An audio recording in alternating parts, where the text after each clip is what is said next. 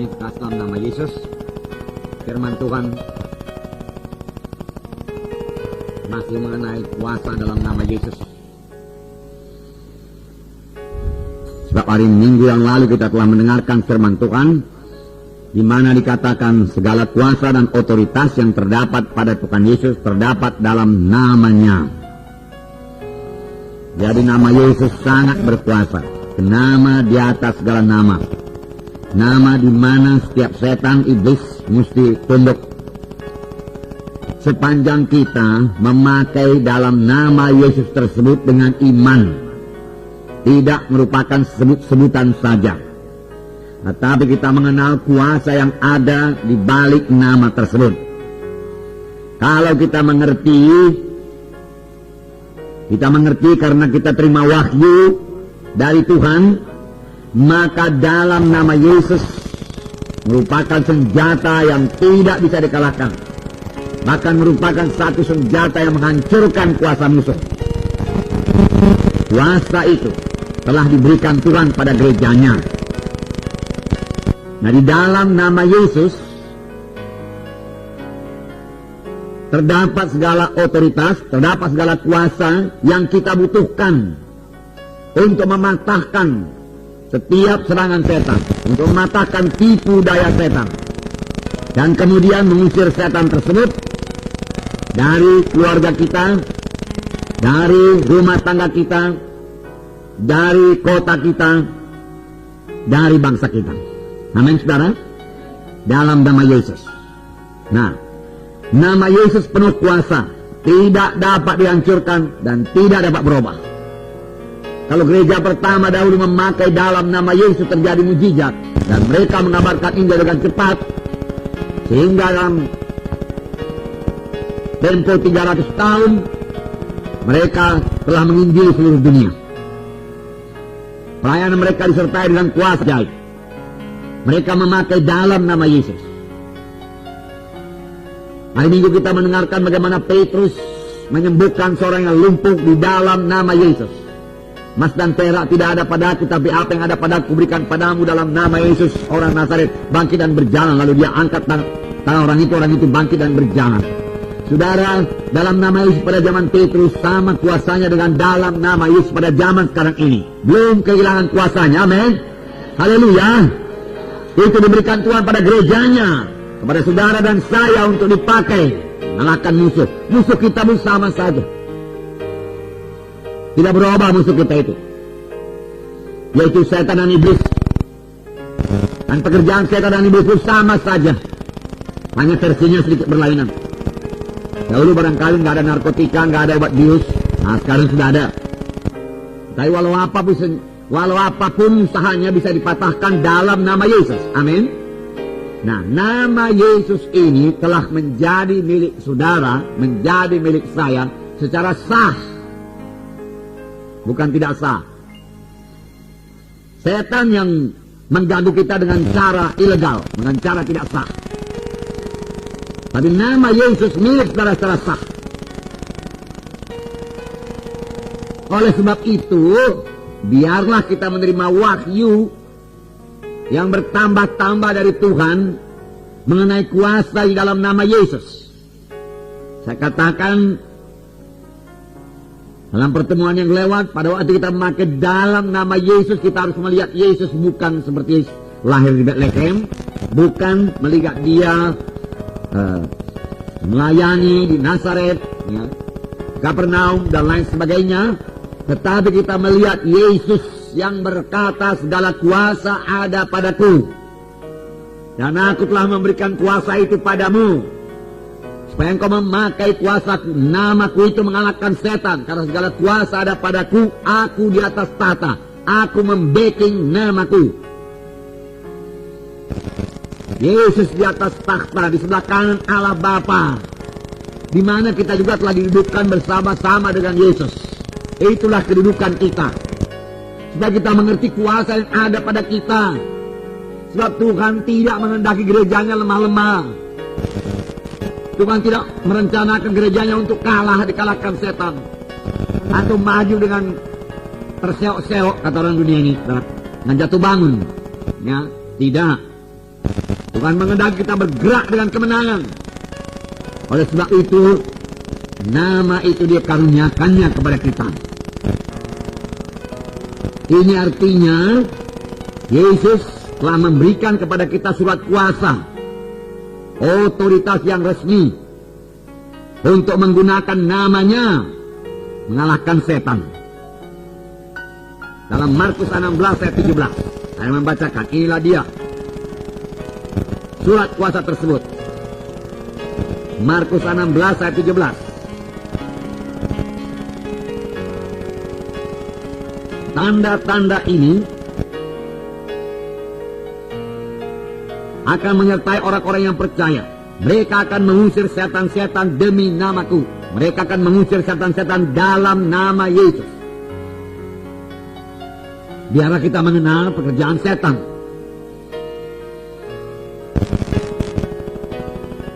Kemudian mereka akan berbicara dalam bahasa-bahasa yang baru bagi mereka. Dalam nama Yesus mereka akan berbicara dalam bahasa-bahasa yang baru bagi mereka. Mereka akan memegang ular di dalam nama Yesus. Ular itu lambang daripada kuasa kegelapan, lambang daripada setan. Bukan memegang ular-ular seperti semak-semak, itu bukan. Tetapi kita yang menguasai setan. Kita yang menghalangi pekerjaan setan. Amin. Setan sering memakai situasi-situasi sekeliling kita untuk menghalangi pelayanan kita. Dalam hal itu kita yang menguasai dia. Bukan situasi itu yang menguasai kita. Kita yang menguasai situasi. Amin. Di dalam nama Yesus. Ini berarti dalam nama Yesus situasi bisa berubah. Keadaan bisa berubah. Di dalam nama Yesus. Karena Yesus masih di atas takhta. Dia memegang kendali, dia memegang kuasa. Sepanjang kita memiliki iman kepada Tuhan Yesus di atas tahta yang memegang kendali, yang bisa mengubahkan keadaan-keadaan di sekitar kita, sehingga keadaan itu menguntungkan kita, memberi berkat bagi kita, ya, melancarkan pekerjaan Tuhan, menghasilkan pekerjaan Tuhan. Pakailah dalam nama Yesus. Jadi kita tidak memandang pada keadaan sekitar kita, seperti Tuhan Yesus menghadapi angin dan gelombang, murid-murid ketakutan. Ya. Tetapi Yesus sama sekali tidak bimbang, tidak takut, bahkan dia tertidur. Sebenarnya Tuhan Yesus sudah berharap ya murid-murid sanggup mengatasi situasi tersebut. Tetapi nyatanya murid-murid belum sanggup. Lalu Tuhan Yesus menanti murid-murid, mengapa kamu takut? Di mana imanmu? Mengapa kamu bimbang? Kemudian Tuhan Yesus bangsa, dia menghadapi angin, menghadapi danau dan tenang. Kuasa seperti itu ada dalam nama Yesus. Amin. Nama Yesus dikaruniakan kepada gereja, kepada saudara dan saya. Amin.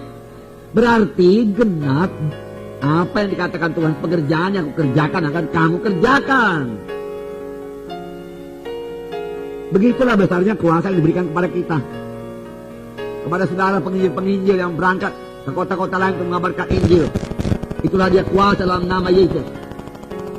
Yang Tuhan kehendaki supaya saudara pakai menghadapi halangan-halangan dalam pelayanan saudara. Pakai dalam nama Yesus. Saya singkirkan halangan ini. Pekerjaan Tuhan berhasil di sini dalam nama Yesus. Amin, saudaraku. Ya. Mereka akan memegang ular dalam nama Yesus. Dan sekalipun mereka minum racun maut, mereka tidak akan mendapat celaka. Dan firman Tuhan buku Lukas 10 juga mengatakan, tidak ada yang memberi bahaya pada kamu. Tidak ada. Mereka akan meletakkan tangannya atas orang sakit dan orang itu akan sembuh. Di dalam nama Yesus, saudara meletakkan tangan atas orang sakit, lalu orang itu akan sembuh. Di dalam nama Yesus, saudara bisa meletakkan tangan atas orang sakit, lalu orang itu akan sembuh. Amin. Amin. Ucapkan supaya saudara punya iman. Di dalam nama Yesus, saya meletakkan tangan atas orang sakit dan orang itu akan sembuh. Di dalam nama Yesus, saya meletakkan tangan atas orang sakit lalu orang itu akan sembuh. Amin. Haleluya. Kenapa orang itu sembuh? Karena ada kuasa. Karena ada kuasa dalam diri saudara. Amin. Hah? Tidak. Karena saudara hidup suci. Tidak. Jadi karena apa? Karena ada kuasa. Kuasa dalam nama Yesus itulah menyembuhkan orang sakit tersebut. Amin. Kan Petrus berkata, mengapa kamu memandang kami seolah-olah dengan kesucian kami, dengan ibadah kami membuat orang ini sembuh? Hari Minggu kan firman Tuhan. Mengapa kamu pandang kami begitu? Bukan kami yang menyembuhkan, bukan ibadah kami, bukan kesucian kami membuat orang ini yang lumpuh ini berjalan, bukan. Dengan kuasa manakah kamu berbuat itu? Atau dalam nama siapakah kamu berbuat itu? Mereka ditanya oleh imam besar. Oh, kalau kamu mau tahu dengan nama siapa atau dalam nama siapa, dengan kuasa mana atau dalam nama siapa kami berbuat ini, ketahuilah oleh kamu sekalian bahwa kami berbuat ini di dalam nama Yesus. Jelas kan? Di dalam nama Yesus kami membagikan ini, orang lumpuh ini sembuh. Itulah Yesus yang kami salibkan. Tapi Allah membangkitkan dia dari antara orang mati. Tentang hal itu kami yang saksinya. Dan orang itu tidak bisa bilang apa-apa. Dia lihat orang yang lumpuh itu berdiri di situ. Dia kenal orang lumpuh itu. Umurnya 40 tahun. Tiap-tiap hari di gerbang indah minta sedekah. Lalu mereka berkata begitu, apa kita berbuat? Apa kita berbuat? Mujizat yang luar biasa telah terjadi, kita tidak bisa menyangkalnya. Kan tertulis kan? Menyangkalnya begitu dituliskan. Apa kita berbuat? Kita bisa mengatakan, oh, larang mereka, ancam mereka. Mereka jangan lagi berbicara atau mengajar dalam nama Yesus. Mereka tidak sadar mereka telah dipakai oleh setan. Karena setan takut dalam nama Yesus. Nama Abraham, oke, kita pakai saja. Nama Elia, Elisa, nama Adam, nama Kain, nama Abel, nama Enos, apa saja. Boleh, Nuh, boleh, dalam nama Nuh. Nah, berkuasa ya. Dalam nama Yesus. Bahkan kalau saudara tanya saya, saudaraku, ya, dalam nama Isa pun nggak mantap saya rasa. Dalam nama Yesus bang.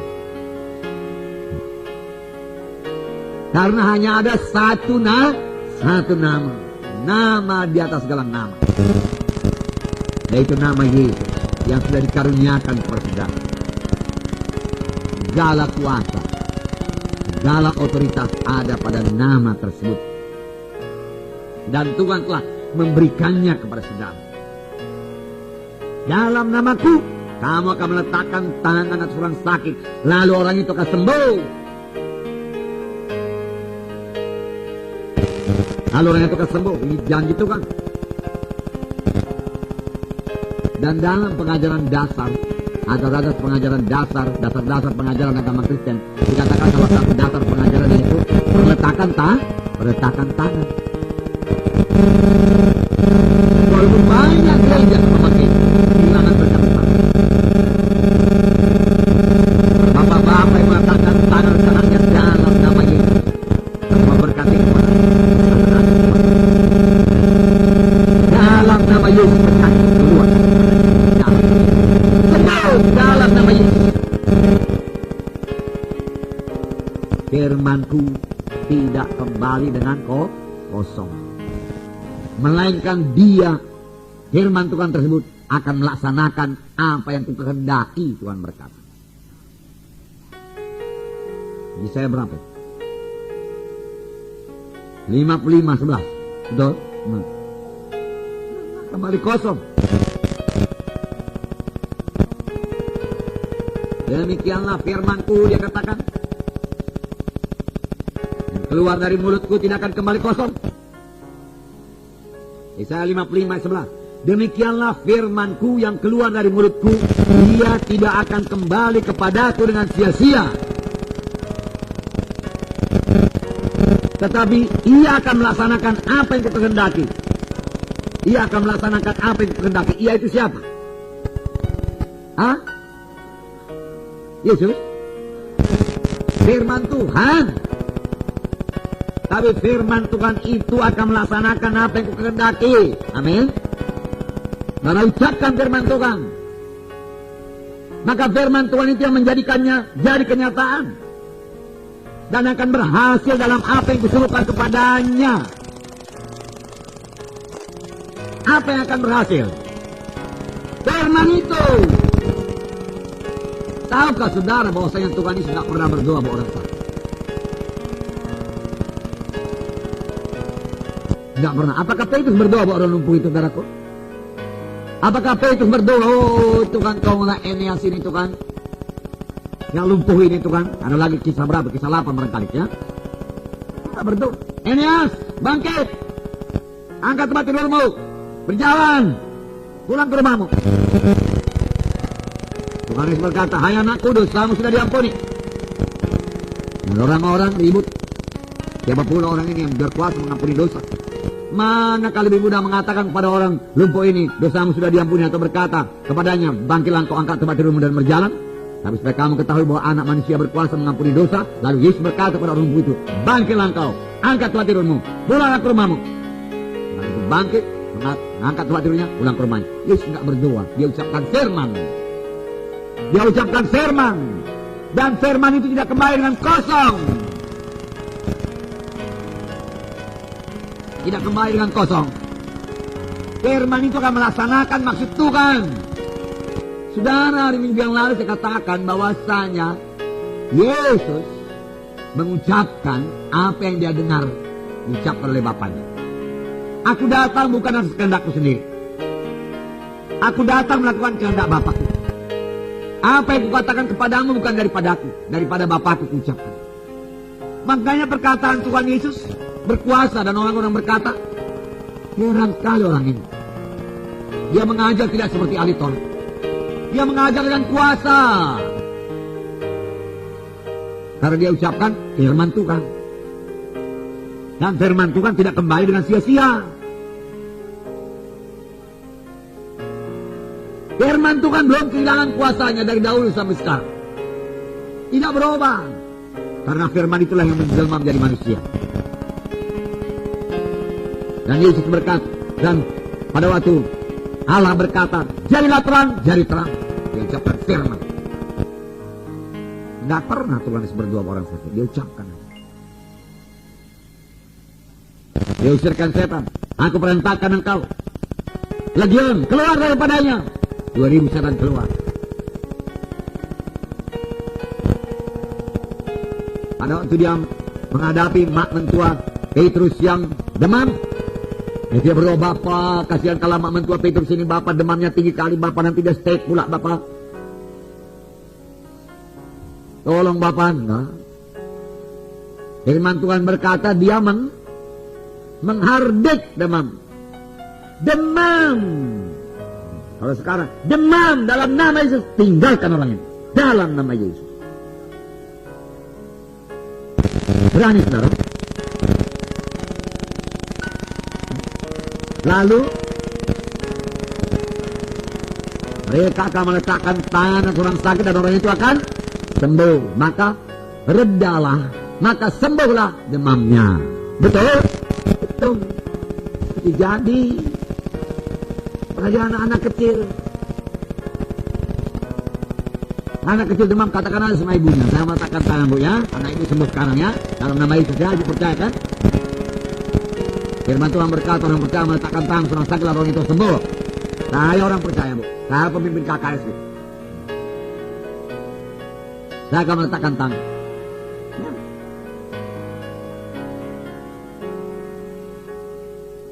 Dalam nama Yesus, demam tinggalkan anak ini demi nama Yesus.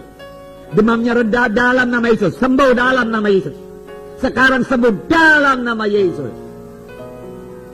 Maka maka kuasa surga turun menyembuhkan aku. Lalu orang tuanya suka kita juga. Tuhan Yesus tidak berubah.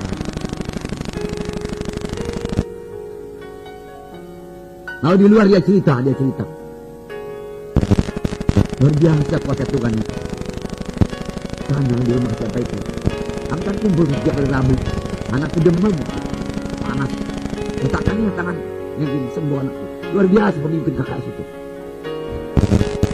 Hebat dia dipakai Tuhan. Memang begitu ceritanya di luar. Saya bukan saudara yang hebat. Nama Yesus. Dan jangan ambil kemuliaan Tuhan itu. Amin, saudaraku. Ya.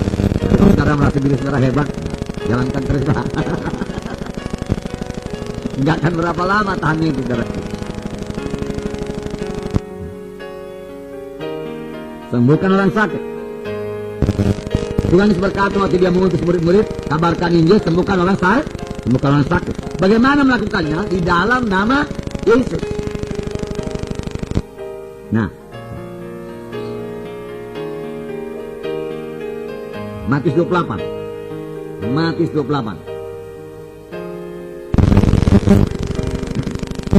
Ayat 18. Yesus mendekati mereka dan berkata, kepada aku telah diberikan segala kuasa di sorga dan di bumi. Segala kuasa di sorga dan di bumi telah diberikan kepadaku. Segala kuasa. Karena itu pergilah kamu.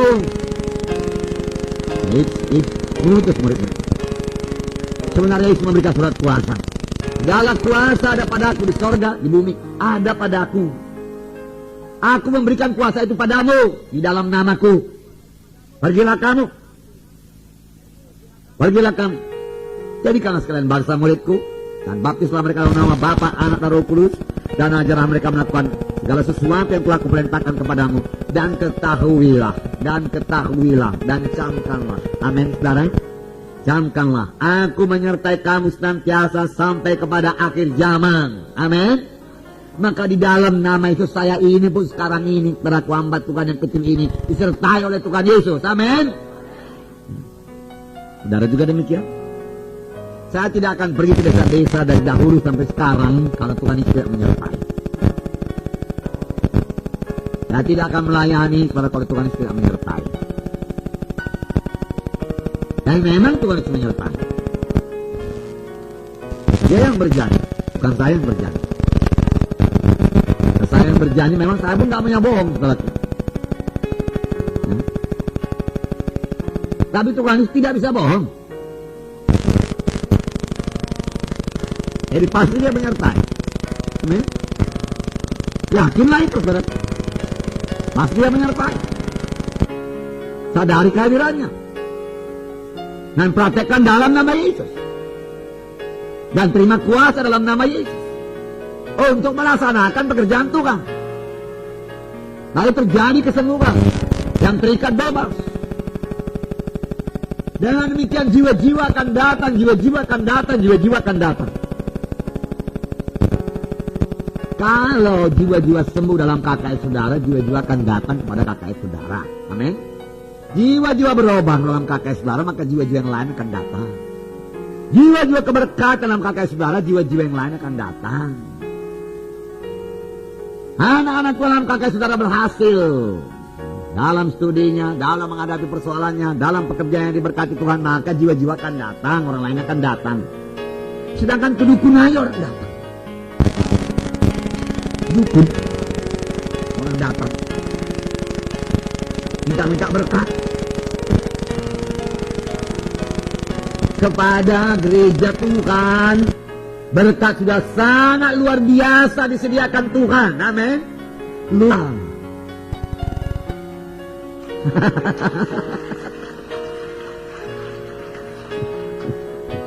Saudara perhatikan firman Tuhan, saudara. Amin. Ya, jangan di sana lebih memperhatikan. Nanti berkat Tuhan turun ke sana, saudaraku. Ya.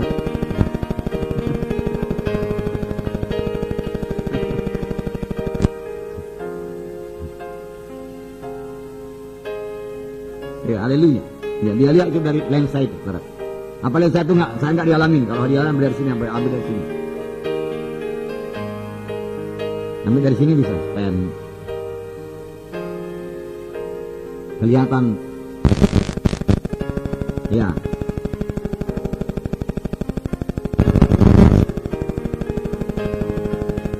Ecek-eceknya di muka TV.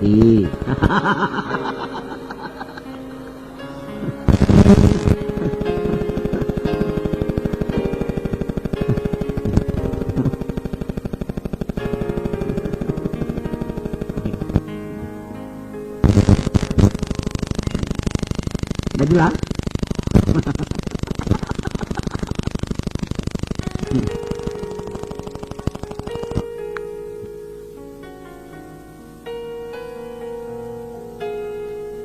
Yesus menyelesaikan pekerjaan yang diberikan kepadanya.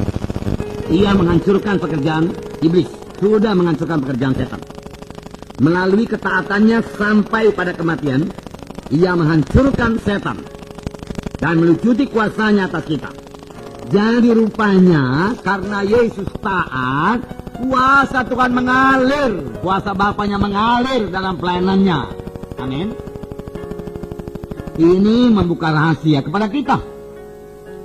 Kalau kita juga taat, sama sebagaimana Yesus taat, maka kuasa Tuhan akan menyertai kita.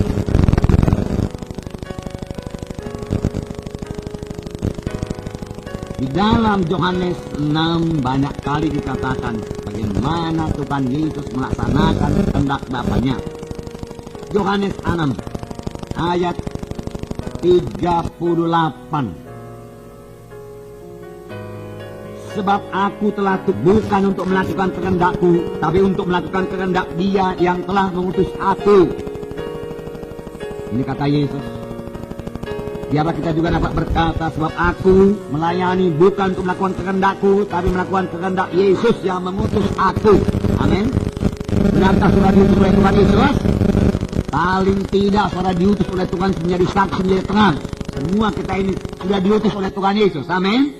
Walau saudara tidak penginjil, tidak gembala sidang, tidak misionaris, tapi semua kita adalah terang Tuhan, saksi Tuhan, diutus oleh Tuhan.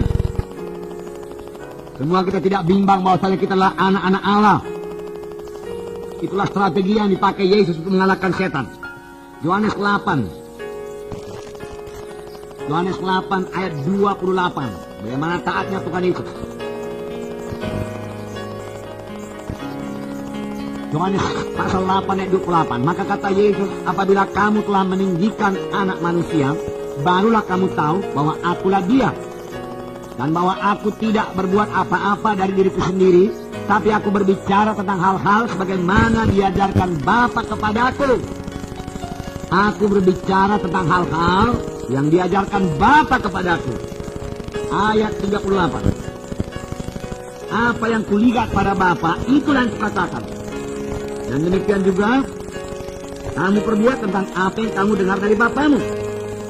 Ayat 42. Kata Yesus kepada mereka, jikalau Allah adalah Bapamu, kamu akan mengasihi aku. Sebab aku keluar dan datang dari Allah. Dan aku datang bukan atas kehendakku sendiri, melainkan Dialah yang mengutus aku. Luar biasa patuhnya Tuhan Yesus. Luar biasa taatnya Tuhan Yesus kepada Bapa di sorga. Maka dalam buku Filipi pasal 2 sudah kita baca minggu yang lalu, dia taat sampai mati di kayu salib. Dan ayat itu juga berkata, itulah sebabnya Allah sangat meninggikan dia dan mengaruniakan kepadanya nama di atas segala nama. Di mana dalam nama Yesus segala sesuatu yang di sorga, di atas bumi dan di bawah bumi harus tunduk. Amin. Dan nama itu dikaruniakan pada saudara untuk mengerjakan pekerjaan Tuhan. Luar biasa. Dia ditinggikan dan dikaruniai nama dan segala nama.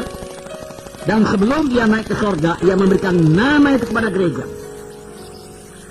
Ia memulihkan kekuasaan atas dunia ini kepada kita dan memberikan namanya dan segala kuasa yang ada dalam nama itu untuk mengambil kekuasaan, untuk hidup berkuasa di bumi ini.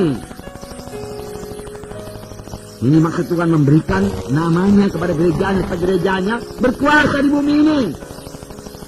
Sebab bumi ini bukan milik setan, tapi milik siapa? Milik Tuhan, betul. Milik anak-anak Tuhan. Amin, saudara. Pada waktu Tuhan dulu menciptakan bumi ini, untuk siapa kita? Untuk manusia. Taklukkan isinya, kuasailah bumi ini, miliki bumi ini. Tapi karena dosa satu orang manusia jatuh kepada dosa dan menjadi hamba dosa. manusia di bawah maut. Tapi nanti kita baca firman Tuhan berkata Roma 5 ayat 17, lebih benar lagi karena satu orang yaitu Yesus Kristus, mereka atau anak-anak Tuhan akan hidup dan berkuasa di bumi ini, bukan nanti di sorga. Amin. Sekarang ini kita hidup dan berkuasa, kita yang menguasai bumi ini. Amin, saudara. Luar biasa cita-citanya menjadi anak-anak Tuhan, saudaraku. Yesus tidak bermaksud agar gereja tidak mempunyai kuasa atau dikalahkan. Tuhan tidak bermaksud gerejanya lemah-lemah, jadi permainan setan, jadi permainan penyakit, bukan.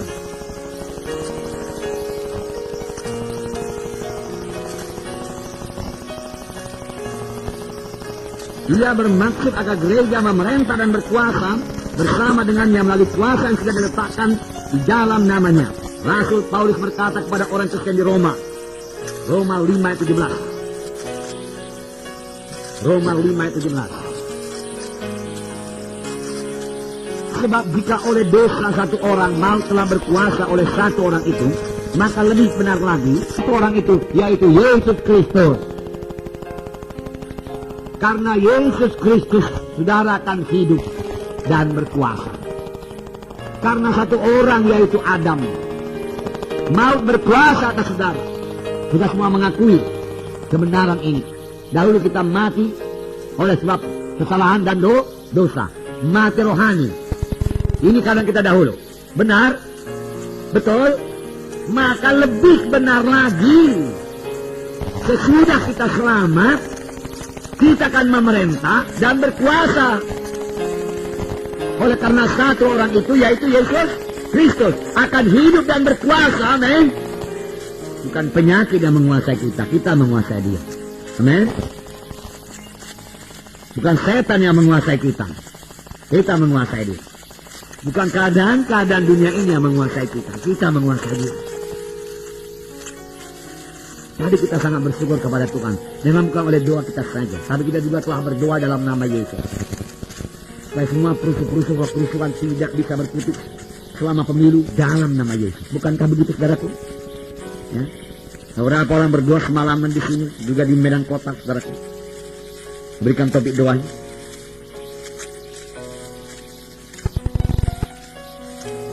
Dan itu telah jadi, makanya kita bersyukur kepada Tuhan, terima kasih kepada Tuhan. Jangan lupa bersyukur kepada Tuhan.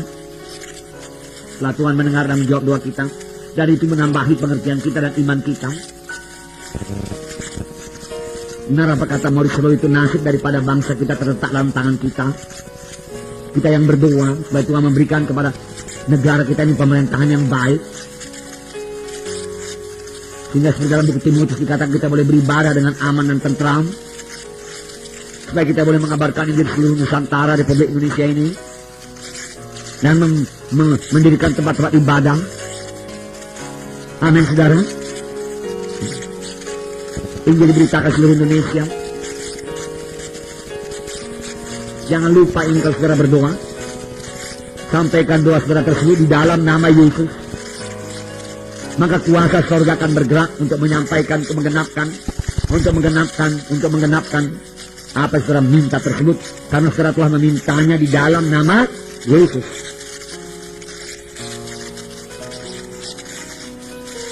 Lebih benar lagi,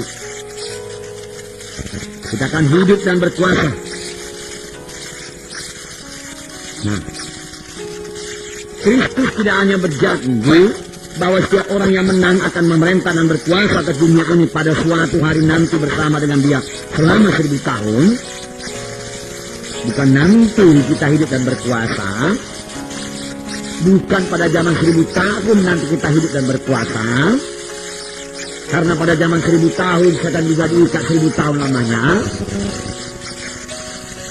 Bukan pada saat itu saja kita hidup dan berkuasa, tetapi saat ini kita dapat berkuasa dan memerintah bersama dengan dia, karena dia telah memberikan kepada kita kuasa dalam nama Yesus. Amin. Sekarang ini, pada saat kita hidup ini,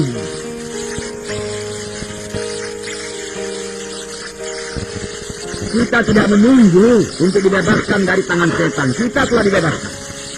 Amin. Dari kata-kata, karena firman Tuhan berkata, kamu akan mengenal kebenaran dan kebenaran itu akan membebaskan kamu.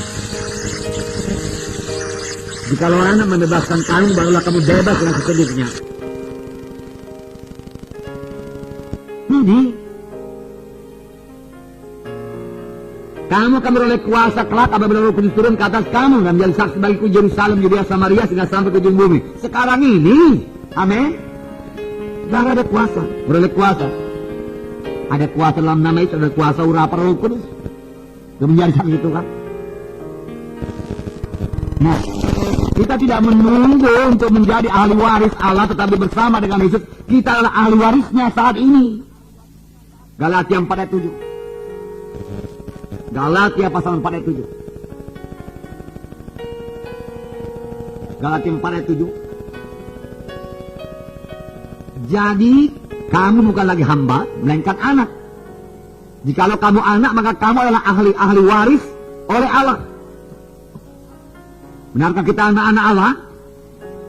Kita tidak usah menunggu menjadi anak-anak Allah. Sekarang kita sudah lahir baru menjadi anak-anak Allah. Dan kalau kamu adalah anak-anak Allah, kamu adalah ahli waris. Kalau ahli waris ada warisannya. Betul? Warisan dari orang kaya saja sudah luar biasa. Apalagi warisan anak raja segala raja. Adakah saudara bersuka cita? Amin. Haleluya. Saudara akan menerima warisan. Nah, saudara adalah ahli waris. Sudah menjadi ahli waris.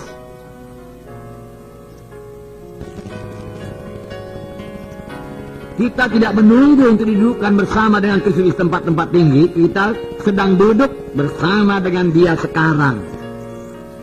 Di manakah Yesus duduk, saudaraku?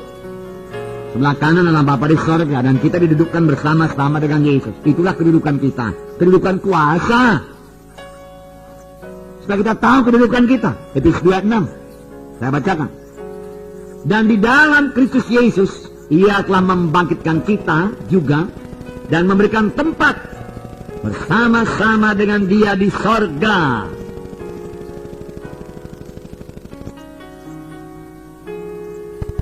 Supaya pada masa yang akan datang yang menunjukkan kepada kita kekayaan kasih karunia-Nya yang melimpah-limpah sesuai dengan kebaikan-Nya terhadap kita dalam Kristus Yesus.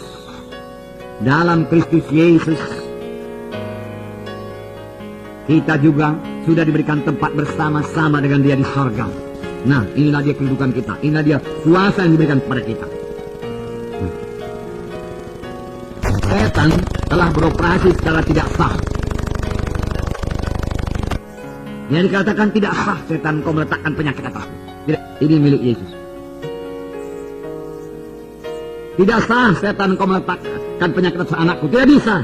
Dalam nama Yesus, keluar daripadanya. Tidak sah. Ilegal.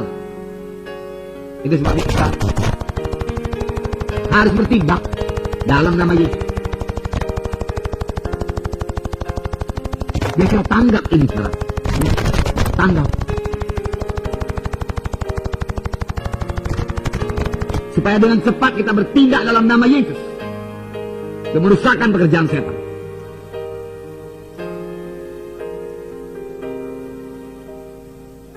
Kita telah diberi kuasa atas segala kekuatan musuh.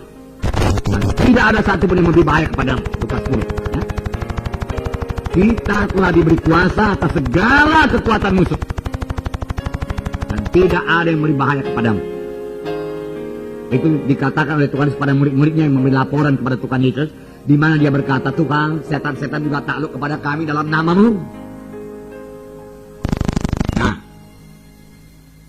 Tapi waktu itu lihat Yesus yang berkuasa.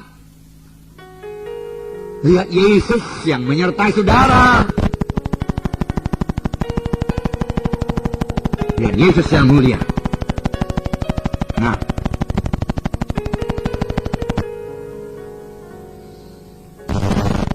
karena iman perlu tindakan, maka Petrus mengangkat orang itu dan mengomongnya berdiri. Saat itu juga orang itu disembuhkan. Semua orang sangat kagum dan bertanya-tanya bagaimana Petrus dan Yohanes menyembuhkan orang tersebut. Petrus mempermuliakan nama Yesus. Ini pun juga satu yang perlu kita perhatikan. Jangan ambil kemuliaan Tuhan. Kadang-kadang sudah jangan terjadi. Kalau sudah terjadi kesembuhan atau mujizat yang luar biasa, kita merasa diri kita hebat. Aku dipakai Tuhan luar biasa. Memang aku suci. Haleluya. Oh, tidak ada orang seperti aku. Kalau lu berjalan, haleluya. Itu yang memikir. Apa kata dia? Kisah 3:12. Saya bacakan beberapa ayat. Petrus melihat orang banyak itu lalu berkata, "Hai orang Israel, mengapa kamu heran tentang kejadian ini? Dan mengapa kamu menatap kami seolah-olah kami membuat orang ini berjalan dengan kuasa atau kesalahan kami sendiri? Mengapa kamu heran? Mengapa kamu menatap kami seolah-olah kami yang membuat orang ini berjalan dengan kuasa kami dan dengan kesalahan kami?" Dukun memakai ini. Dia menunjukkan dirinya. Kalau orang dunia mengatakan angker kali dukun itu, saleh kali dukun itu, hebat kali kuasanya dukun itu. Petrus berkata, bukan dengan kuasa kami, bukan dengan kesalehan kami orang ini sembuh, bukan dengan ibadah kami, bukan. Jangan pandang kepada kami heran-heran demikian. Pandanglah kepada Yesus, heran-heranlah kepada Yesus, dikatakan. Kenapa kamu heran-heran pandang kami? Dikatakan. Ayat 13. Allah Abraham, Allah Ishak dan Yakub, Allah nenek moyang kita telah memuliakan hamba-Nya yaitu Yesus yang kamu serahkan dan tolak di depan Pilatus, walaupun Pilatus berpendapat bahwa ia harus dilepaskan. Tetapi kamu telah menolak yang kudus dan benar serta mengendaki seorang pembunuh sebagai hadiahmu. Demikianlah dia pemimpin kepada hidup telah kamu bunuh, tetapi Allah telah membangkitkan dia dari antara orang mati. Dan hal itu telah dan tentang hal itu kami adalah saksi. Dan karena kepercayaan dalam nama Yesus, maka nama itu apa? Nama siapa? Maka nama Yesus itu telah mengkuatkan orang yang kamu lihat dan kamu kenal ini. Dan kepercayaan itu telah memberikan kesembuhan kepada orang ini di depan kamu semua. Karena percaya kepada kuasa dalam nama Yesus, orang ini sembuh, dia katakan. Ada kuasa dalam nama Yesus. Mengertikah saudara sekarang? Yalah Roh Kudus menambahi lagi, bahkan mata rohani saudara. Nah, baca 16 sekali lagi. Dan karena kepercayaan dalam nama Yesus, dia sungguh percaya dalam nama Yesus tidak akan gagal. Dia sungguh percaya dalam nama Yesus orang itu akan sembuh. Karena kepercayaan dalam nama Yesus tidak ada kebimbangan. Maka nama itu telah mengkuatkan orang yang kamu lihat dan kamu kenal ini. Dan kepercayaan telah memberi kesembuhan kepada orang ini di depan kamu semua.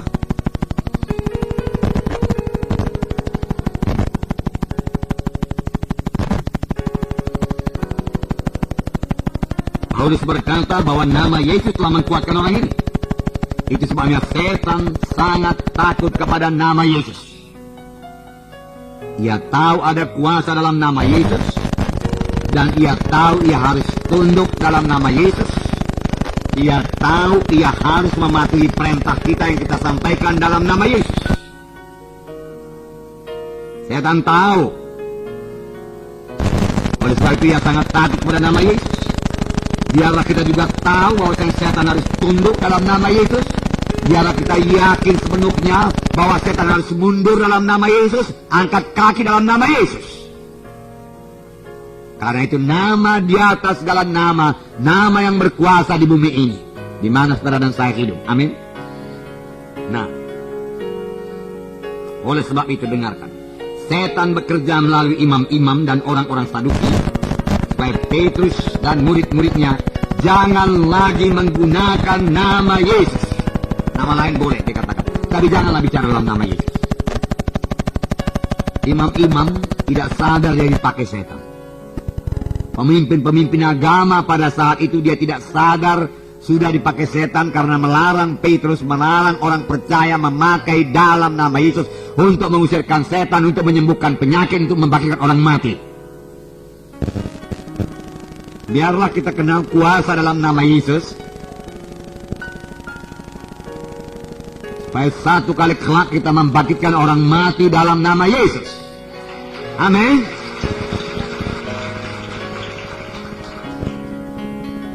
Nah, Kisah 4 ayat 7. Kisah 4 ayat 7. Lalu Petrus dan Yohanes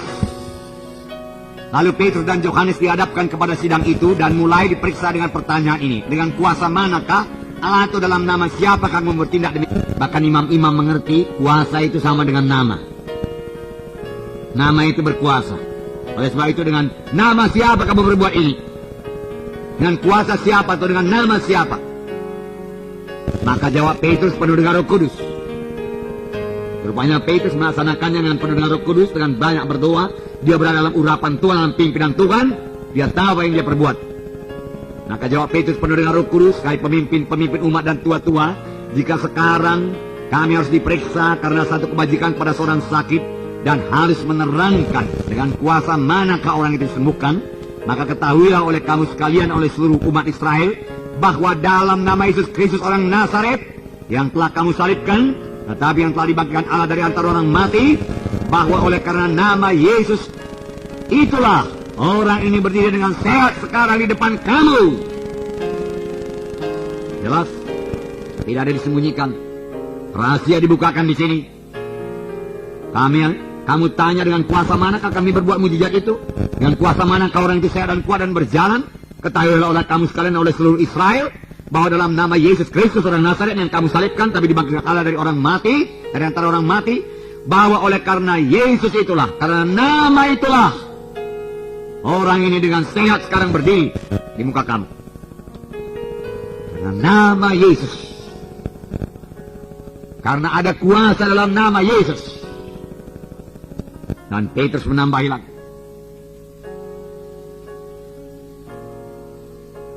Dan keselamatan ayat 12. Dan keselamatan tidak ada dalam siapapun juga selain dalam Dia. Oleh sebab di bawah kolong langit ini tidak ada nama lain yang diberikan kepada manusia yang olehnya kita dapat diselamatkan. Dan dalam nama Yesus itu, Petrus berkata, bukannya terdapat kesembuhan tetapi juga keselamatan. Ada terdapat dalam nama Yesus. Dan hanya dalam nama Yesus ada keselamatan. Dari itu kalau kamu tidak percaya kepada nama Yesus, maka kamu akan terhilang. Demikian sebenarnya yang dikatakan oleh Petrus. Nah,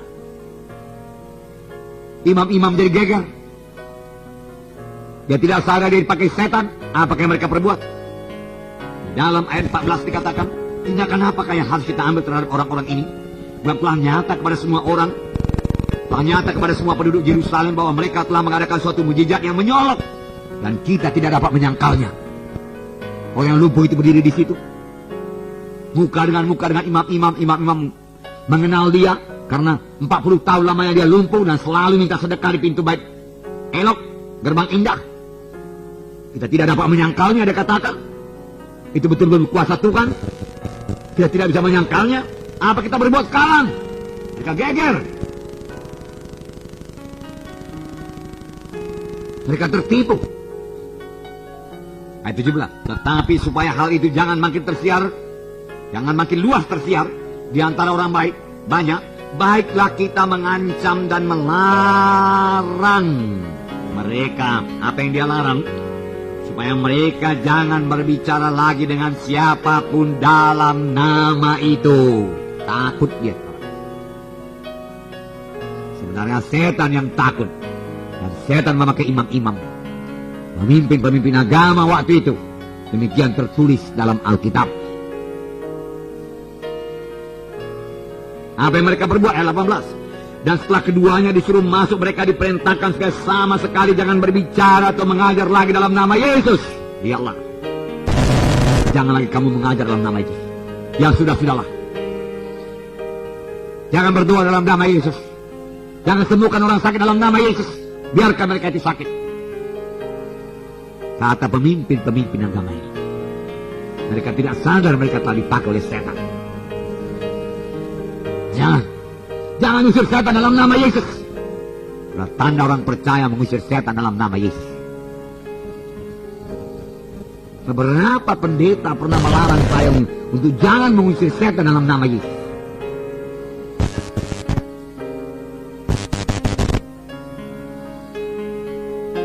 Banyak pendeta menantang mengusir setan, tidak setuju melakukan pengajaran mengusir setan dalam nama Yesus. Tapi tidak heran, dalam sidang pertama juga ada yang demikian. Ayat 18, dan setelah keduanya disuruh masuk, mereka diperintahkan supaya sama sekali jangan berbicara atau mengajar lagi dalam nama Yesus. Tapi Petrus dan Yohanes menjawab mereka, silakan kamu putuskan sendiri manakah yang benar di hadapan Allah, taat kepada kamu atau taat kepada Allah. Allah menyuruh kami, Yesus menyuruh kami berbicara dalam nama Yesus, mengajar dalam nama Yesus, meletakkan tangan dalam nama Yesus, mengusir setan dalam nama Yesus. Jadi kami taat kepada kamu, timbangkanlah itu. Apa taat kepada Allah. Sebab tidak mungkin bagi kami untuk tidak berkata-kata tentang apa yang telah kami lihat dan kami dengar. Nah, jadi setan bekerja melalui imam-imam dan orang-orang Saduki supaya Petrus dan murid-muridnya jangan lagi menggunakan nama Yesus. Petrus dengan tegas mengatakan kepada mereka bahwa orang tersebut sembuh dalam nama Yesus. Petrus kemudian berkata bahwa dalam nama Yesus bukan hanya ada kesembuhan, tapi juga ada keselamatan. Strategi setan pada saat ini adalah bekerja melalui pemimpin gereja supaya jangan berkhotbah bertindak dalam nama Yesus. Senjatanya nggak ada lagi, tinggal membujuk-bujuk, tinggal menipu-menipu, menggoda. Namun gereja mula-mula maju dalam nama Yesus, sehingga banyak tanda-tanda ajaib dan mujizat dinyatakan. Dalam Kisah Rasul pasal 5 ayat 12, saya bacakan sampai 16. Dan oleh rasul-rasul diadakan banyak tanda dan mujizat di antara orang banyak. Bagaimana dia mengadakannya? Saya mau tanya kepada saudara. Jadilah engkau tanda ajaib, mujizat jadi, begitu saja. Dalam nama Yesus sembuhlah engkau. Dalam nama Yesus penyakit pergi. Dalam nama Yesus setan kau lepaskan orang ini, dia kata. Lalu terjadi tanda ajaib dan mujizat. Di sini dikatakan, dan oleh rasul-rasul diadakan sedikit apa banyak? Banyak. Amin. Tanda dan mujizat di antara orang banyak. Semua orang percaya selalu berkumpul di Serambi Salomus dalam persekutuan yang keras. Orang-orang lain tidak ada yang berani menggabungkan diri kepada mereka. Namun mereka sangat dihormati orang banyak. Dan makin lama makin bertambahlah jumlah orang yang percaya kepada Tuhan, baik laki-laki maupun perempuan. Setelah banyak tanda ajaib, banyak kesembuhan, banyak mujizat, makin lama makin banyak orang percaya, baik laki-laki maupun perempuan. Dan kalau ini terjadi pada gereja modern ini, pada zaman akhir ini, maka banyak laki-laki perempuan juga akan dimenangkan buat Tuhan. Amin. Biarlah kita percayakan nama Yesus. Gereja sekarang banyak program, banyak program. Program muda-mudi, program drama dan lain sebagainya, peratu, ya. Bagus. Tetapi saya tidak cukup. Banyak program, seberapa banyak program kita ada sekarang, telima, ada segala macam, bagus semua itu, bagus. Haleluya, puji Tuhan. Ya. Tapi kita belum mengimbangi kemajuan yang pertama hanya dengan itu. Memang membawa berkat. Loh, yang selamat 3.000, yang selamat 5.000. Gereja pertama mempunyai wahyu tentang kuasa yang terdapat di dalam nama Yesus, dan mereka memakai nama Yesus itu walaupun mereka dilarang oleh imam-imam. Lalu terjadilah banyak tanda ajaib dan mujizat karena mereka memakai nama Yesus. Ada yang sakit di KKS, saudara doakan dalam nama Yesus. Ada yang lemah, KKS saudara dalam nama Yesus. Roh kelemahan, saya perintahkan engkau keluar dari orang ini, dari anak Tuhan ini dalam nama Yesus, sehingga dia kuat dalam nama Yesus. Dalam nama Yesus, roh kemurungan, roh putus asa, keluar engkau. dari jiwa ini dalam nama Yesus. Engkau mesti tunduk, hai roh murung, dalam nama Yesus. Engkau tidak bisa melawan dalam nama Yesus. Itu nama di atas segala nama. Engkau mesti tunduk dalam nama Yesus. Engkau mesti pergi dalam nama Yesus. Saya yang berperintah kepadamu di dalam nama Yesus. Aku tidak bimbang dalam nama Yesus. Engkau mesti patuh pada perintah ini dalam nama Yesus. Pergi dalam nama Yesus. Amin. Kalau sudah mengerti melaksanakannya, ya.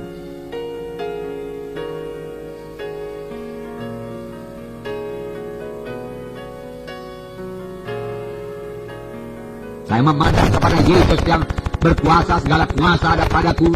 Aku telah memberikan kuasa itu kepadamu. Maka saya pun berdoa dalam nama Yesus, dan kerosawan keluar daripada orang ini. Dalam nama Yesus. Engkau mesti pergi dalam nama Yesus. Engkau tidak bisa melawan dalam nama Yesus. Itu nama di atas segala nama. Engkau tahu engkau mesti patuh. Engkau tahu engkau mesti tunduk. Oleh sebab itu kau keluar sekarang. Dan jangan memasukinya lagi. Dalam nama Yesus. Saya perintahkan engkau dalam nama Yesus. Engkau tidak bisa melawan dalam nama Yesus. Engkau sudah dikalahkan dalam nama Yesus. Yesus dapat tahta mendukung pernyataan ini dalam nama Yesus. Kuasa sorga turun dalam nama Yesus.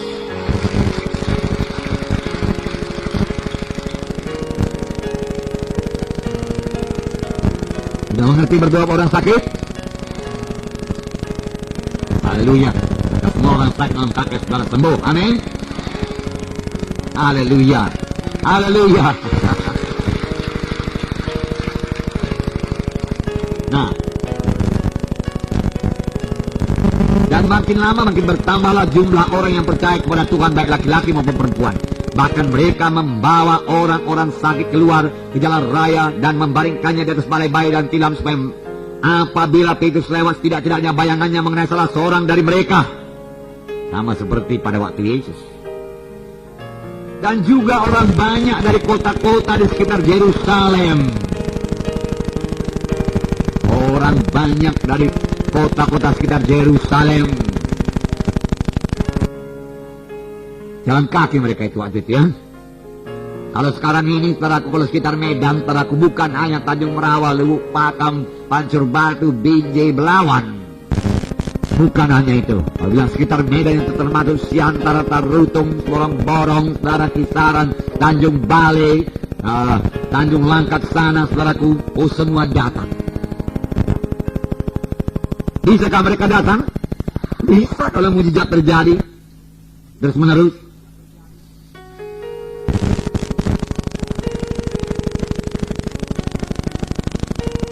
Dalam pelayanan Catherine Coleman, saudaraku, di mana banyak orang disembuhkan.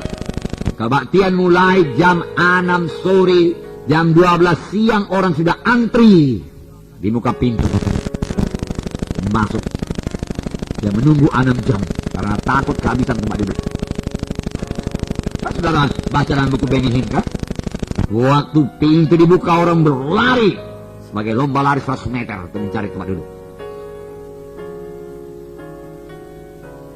Karena ada kuasa, ada mukjizat, ada tanda-tanda yang masih berlangsung sampai sekarang ini.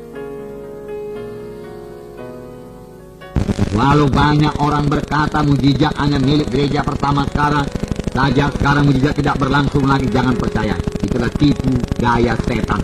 Mukjizat masih berlangsung karena ada kuasa dalam nama Yesus, dan kuasa dalam nama Yesus tidak berubah sampai kepada saat ini.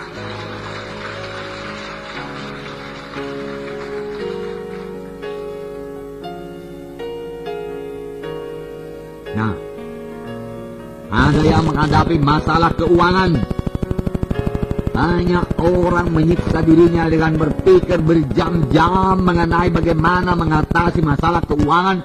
Apakah aku datang, saudaraku, ini pinjam uang, apa aku ke sana ke bank pinjam uang, dan ini itu sebagainya. Segala cara dipikirkannya sampai berjam-jam. Segala barang yang bisa dijual dipikirkannya, saudaraku. Hanya satu perkara yang tidak perbuat, dia tidak mengusirkan roh setan yang mencengkeram keuangannya, yang menutup berkatnya.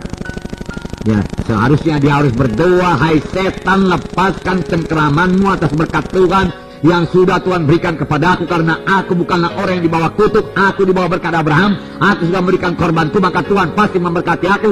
Setan, lepaskan tanganmu dalam nama Yesus. Harusnya dia berbuat demikian. Orang tua mendapati anaknya terikat ganjang atau memakai narkotika, saudara tidak mau pulang malam, berkeliaran di luar, saudara, menjadi kurus, kering, pucat karena ganja narkotika. Saudara, hatinya menjadi susah, lalu dia bawalah anaknya berobat mula-mula ke psikiater, ke dokter, supaya anaknya bebas daripada ganja tersebut, tapi tidak bebas juga. Akhirnya dia bawalah anak itu ke dukun, lalu setannya bertambah 7 kali lipat dari yang mula-mula, dan keadaan anak itu bertambah parah. Tapi sebagai orang tua yang percaya kepada Tuhan, dia harus datang kepada Tuhan, berdoa buat anaknya, kemudian memanggil anaknya dan meletakkan tangan kepada anaknya tersebut dan berkata, di dalam nama Yesus, saya orang tua anak ini mengusir engkau setan, roh penipu, roh perusak, roh pembinasa yang mengikat anakku ini. Sekarang kau lepaskan dia daripada ganja dalam nama Yesus. Keluar daripadanya, engkau mesti pergi, hai setan. Aku berdoa dalam nama Yesus, nama di atas segala nama, di mana Yesus sebelah kanan Allah Bapa mendengarkan doa ini, dan apa yang kuminta kepada Bapa dalam nama Yesus, Ia mengabulkannya. Maka sekarang setan, engkau pergi dalam nama Yesus. Lepaskan anakku dalam nama Yesus. Amin. Haleluya.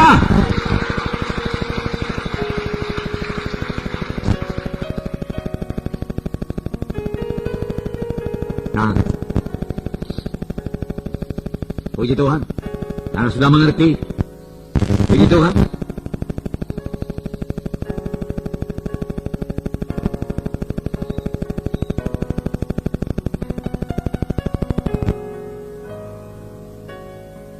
Salah satu alasan mengapa kita tidak mengalami kuasa seperti yang miliki sedang pertama, oleh karena kita tidak mempunyai wahyu.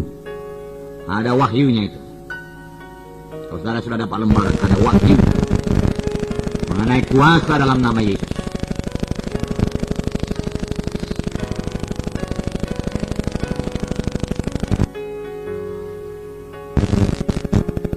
Jangan salah mengerti mengenai Matius 18 ayat 19 sampai 20, di mana saya bacakan kepada saudara. Matius 18 ayat 19 sampai 20. Ini saya bacakan kepada saudara. Kalau saudara sudah mempraktekkan ini lalu berdoa bersama-sama, kok nggak jadi ya? Kok nggak sembuh juga dia? Karena firman Tuhan berkata, di mana 2 orang berserati apapun permintaannya dikabulkan oleh Bapakku di sorga. Kok nggak sembuh juga? Kok nggak datang juga berkat? Kok nggak keluar juga saya dari persoalan ini? Di mana salahnya? Mari saya bacakan kepada saudara. Ayat 19. Matius 18. Dan lagi aku berkata kepadamu, jika 2 orang daripadamu di dunia ini sepakat meminta apapun juga, permintaan mereka itu akan dikabulkan oleh Bapakku yang di sorga. Sebab di mana 2-3 orang berkumpul dalam namaku, di situ aku ada di tengah-tengah mereka. Firman Tuhan ini tidak berkata, sebab di mana 2 atau 3 orang berkumpul di gereja, di situ aku ada di tengah-tengah mereka. Tidak. Firman Tuhan ini tidak berkata, sebab di mana 2 atau 3 orang berkumpul di satu rumah, di situ aku ada di tengah-tengah mereka. Tidak. Firman Tuhan ini berkata, di mana 2-3 orang berkumpul dalam namaku, aku ada di tengah-tengah mereka. Apa artinya?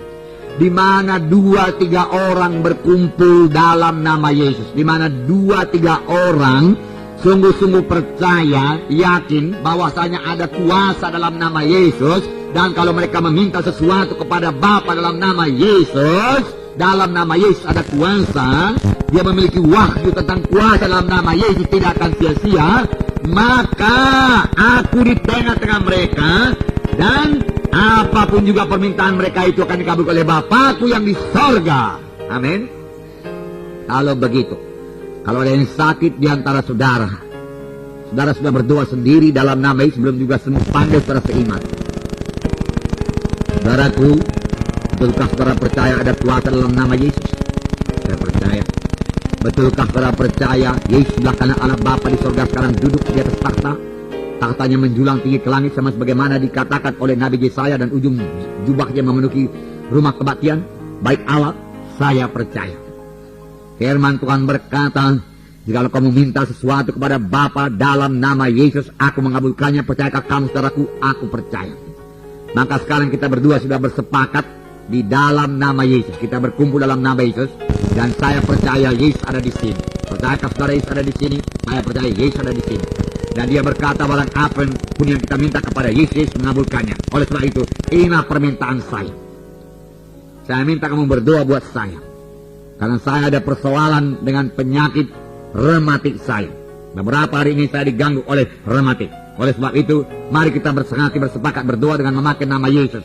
Karena kita percaya ada kuasa dalam nama Yesus. Mari kita mulai. Lalu mulai berdoa. Amin. Mengertikah saudara? Bisakah saudara melaksanakannya?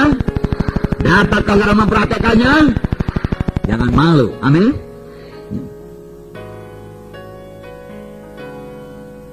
Haleluya.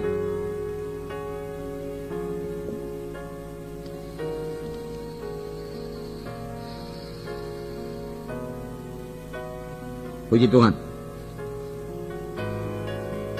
Sedikit lagi nanti hari Minggu saya sampaikan. Jadi saudaraku, bergerak dalam nama Yesus. Ketahuilah Tuhan sudah mengutus saudara. Sama sebagaimana Bapa mengutus aku, kata Tuhan Yesus demikian, aku mengutus kamu. Dengan segala kuasa. Pakailah nama Yesus. Ketahui Tuhan menyertai saudara. Dia akan menyatakan kuasanya dalam pelayanan saudara tiap kali saudara memakai nama Yesus. Amin. Puji Tuhan. Maka akan terjadi banyak tanda ajaib, banyak tanda mujizat. Tapi saya minta kepada saudara, berilah kemuliaan kepada Tuhan Yesus.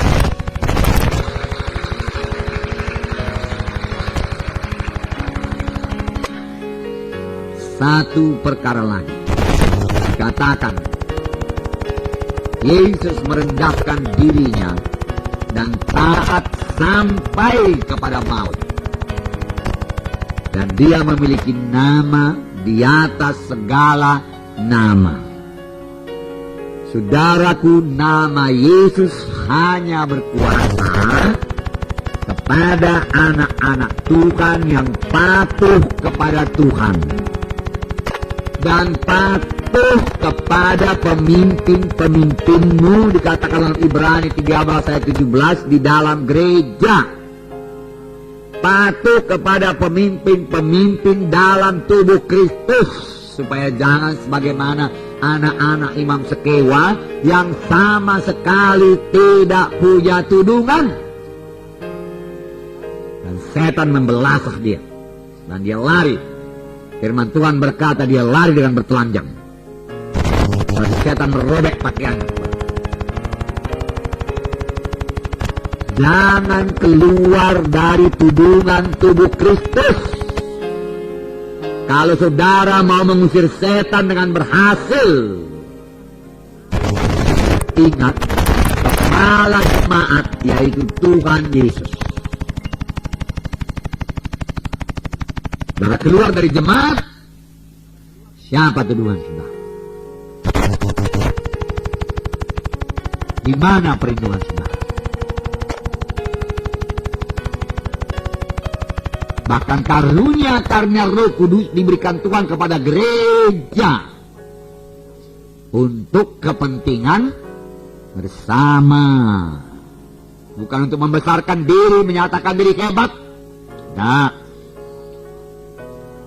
pada waktu Petrus dipandangi orang hebat, Petrus ini bukan orang lumpuh, sama seperti Yesus. Hebat Petrus, suci Petrus, ini orang yang saleh, beribadah.